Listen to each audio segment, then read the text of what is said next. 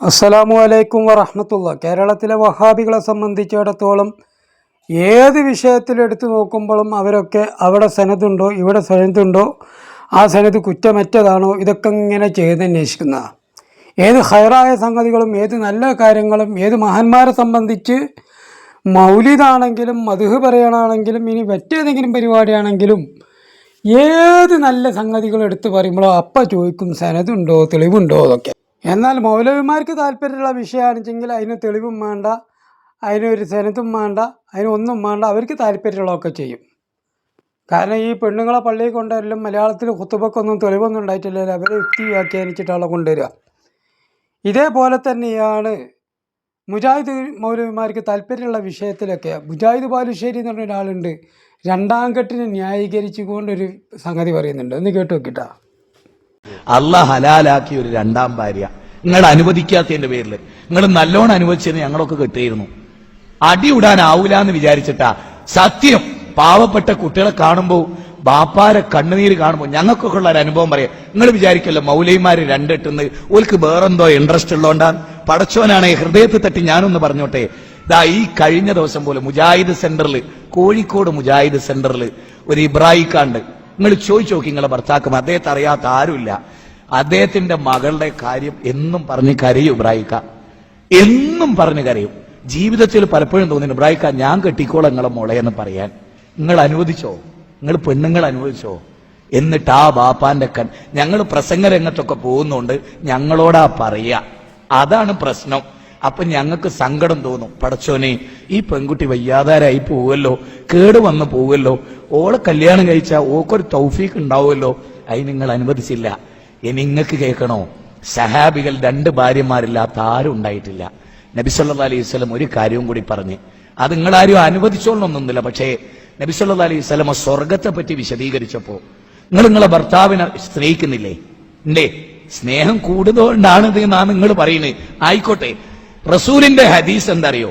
ഒരു വലിയ മുത്ത് സ്വർഗത്തില്, ഒരു വലിയ മുത്ത്, ആ മുത്തിനുള്ളിൽ ഒരാള് പ്രവേശിക്കും, ഭാര്യ ഭർത്താവ്. എങ്ങനെയുള്ള ഭാര്യ ഭർത്താവ് ആ പ്രവേശിക്കുക അറിയോ? ദമ്പതികളാണ് അവിടെ പ്രവേശിക്കുക, ആ വലിയ മുത്ത് സ്വർഗത്തില്. പക്ഷേ ഞാനും എന്റെ ഭാര്യ അവിടെ പ്രവേശിച്ചാൽ അവിടെ വേറെയും ഭാര്യയും ഭർത്താവും ഉണ്ടാവും. അവർ എനിക്ക് കാണാൻ പറ്റൂല, അവർക്ക് ഇന്നെയും കാണാൻ പറ്റൂല. മനസ്സിലായോ? അവിടെ ആരാ പ്രവേശിക്കുക? രണ്ട് കല്യാണം കഴിച്ച പുരുഷനും ആ രണ്ട് കല്യാണം കഴിച്ച ദമ്പതിമാരും. എന്തേ അള്ളാഹു അവർക്ക് സ്വർഗത്ത് പ്രത്യേകത കൊടുത്ത്? വ്യഭിചരിക്കാൻ സാധ്യത ഉണ്ടായിരുന്ന, ജീവിതത്തിന്റെ പുറമ്പോക്കിലേക്ക് തള്ളിപ്പോയ, പടച്ചോനെ പേടിച്ചൊരു പെണ്ണിനെ കെട്ടിയതിന്റെ പേരില്, രണ്ട് സ്ത്രീകളെ പോറ്റിയതിന്റെ പേരില് അള്ള കൊടുക്കണ ഒരിടം. സ്വന്തം ഭർത്താവിന് അത്തരം ഒരിടം കിട്ടണമെന്ന് ഭാര്യ ആഗ്രഹിച്ച ഒരു തെറ്റും വരാനില്ല നിങ്ങൾക്ക്. ഇനി നിങ്ങളറിയാതെ നിങ്ങളെ ഭർത്താക്കന്മാര് വ്യഭിചരിച്ചാൽ നിങ്ങൾ അത് അഡ്ജസ്റ്റ് ചെയ്യുകയാണെങ്കിൽ ആ ഭർത്താവിനെ കൊണ്ട് നിങ്ങൾ ഹറാമാണ് ചെയ്യിപ്പിക്കുന്നത്. ഇത്രയും ഞാൻ പറഞ്ഞത് രണ്ടാമതൊരു കല്യാണം കഴിക്കാനുള്ള മോഹാണെന്ന് ഒരിക്കലും നിങ്ങൾ തെറ്റിദ്ധരിച്ച എന്റെ പേരിൽ നുണ പറഞ്ഞതിന്റെ പേരിൽ അള്ള നിങ്ങളെ ശിക്ഷിക്കും.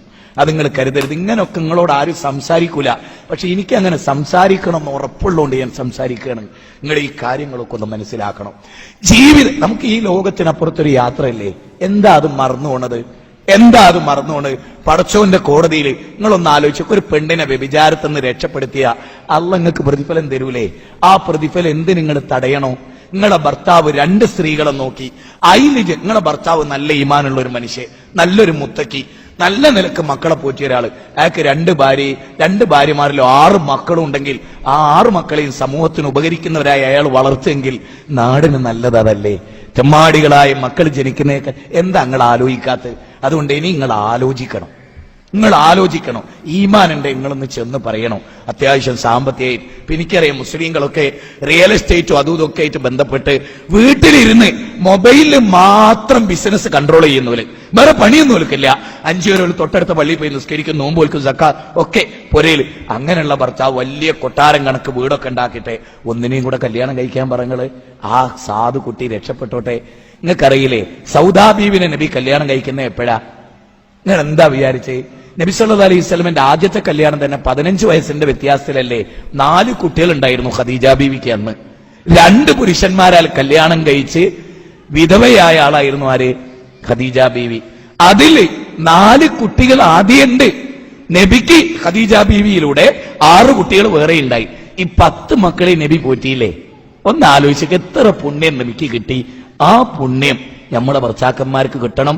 അത് അഡ്ജസ്റ്റ് ചെയ്ത് ആ പുണ്യമൊക്കെ നിങ്ങൾക്കും കിട്ടും. ആ പുണ്യമൊക്കെ വേസ്റ്റ് ചെയ്ത് സ്വർഗത്തിൽ അല്ലാത്ത നിലക്ക് ഞാനിത് പറഞ്ഞപ്പോ എന്റെ ഭാര്യ പറഞ്ഞ എന്താ അറിയോ? അമ്മുത്തിൽ നിങ്ങൾ പോണ്ടാന്ന്, അസ്വർഗത്തിലെ മുത്തില് നിങ്ങൾ പോണ്ടാന്ന്. അപ്പൊ ഞാൻ ചോദിച്ചെടി ഞമ്മക്ക് ഒന്നിച്ചു പോയിക്കൂടെ എന്ന് ചോദിച്ചപ്പോഴോ പറഞ്ഞേ, വേറെ എന്തൊക്കെ പുണ്യം നേടാൻ റസൂൽ എന്തൊക്കെ പഠിപ്പിച്ചിട്ടുണ്ട് അതൊക്കെ നിങ്ങൾ ചെയ്തോളി. നിങ്ങൾ എന്റെ അടുത്ത് വരി തന്നെ വേണ്ട, നിങ്ങൾ എല്ലാവർക്കും ദേവത്ത് എടുത്തിക്കോളി. എന്നാലും നിങ്ങൾ രണ്ടിട്ടാള് സഹിക്കാൻ കഴിയൂല. ഈമാനില്ലാത്തോണ്ടാണ്. ആ ഒരു തലത്തിലേക്ക് ഈമാൻ വർദ്ധിക്കാത്തോണ്ടാണ്. ഇത് നിങ്ങൾ മനസ്സിലിടുക. വേറെ നിലക്കൊന്നും തെറ്റിദ്ധരിക്കരുത്. കാര്യങ്ങൾ ഇങ്ങനെ പറഞ്ഞ് മനസ്സിലാക്കി തന്നാലേ നിങ്ങൾക്ക് മനസ്സിലാവൂ എന്നുള്ളതുകൊണ്ട് പറയാണ് കേട്ടോ. ഇനി ഇതൊരു ചർച്ചയാക്കിയിട്ട് നാളെ ഇങ്ങനെ അങ്ങോട്ട് ഫോൺ വിളിച്ച് ഇങ്ങോട്ട് ഫോൺ വിളിച്ച് എന്നാലും ആ പ്രസംഗം അങ്ങനെയൊക്കെ ആയിപ്പോയി എന്ന് പറയണ്ട. ഇത് നിങ്ങൾക്ക് ഇക്കോലത്തിൽ ആരും ഇട്ട് പറഞ്ഞു തന്നിട്ടും ഉണ്ടാവില്ല. മനസ്സിലായോ? ഇത് ഇങ്ങനെയൊക്കെയുള്ള ഒരു വകുപ്പാണ്. നിങ്ങൾ ഇപ്പൊ കേൾക്കുന്ന പോലെ കേട്ട് എന്താ വിശദീകരണം എന്നറിയോ?